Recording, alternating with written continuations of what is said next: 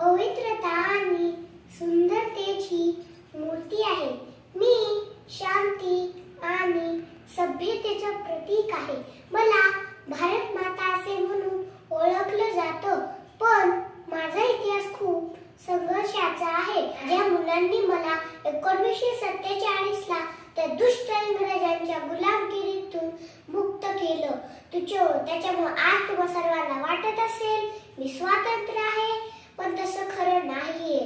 कारण की हे दूषित हवा, हे दूषित पाणी, हा प्रचंड आवाज, माझ्या झाडांची तोड, माझ्या मुलींवर होणारा अत्याचार, मी खूप त्रासलेली आहे. तोपर्यंत ते सगळं बंद होत नाही, तोपर्यंत मी खऱ्या अर्थाने स्वतंत्र होणार नाही. माझ्या लाडक्यांनो, आता वेळ आली आहे एकत्र यायची, आधी हे सगळं थांबवायची. नक्कीच विश्वास आहे की तुम्ही हे नक्कीच करा.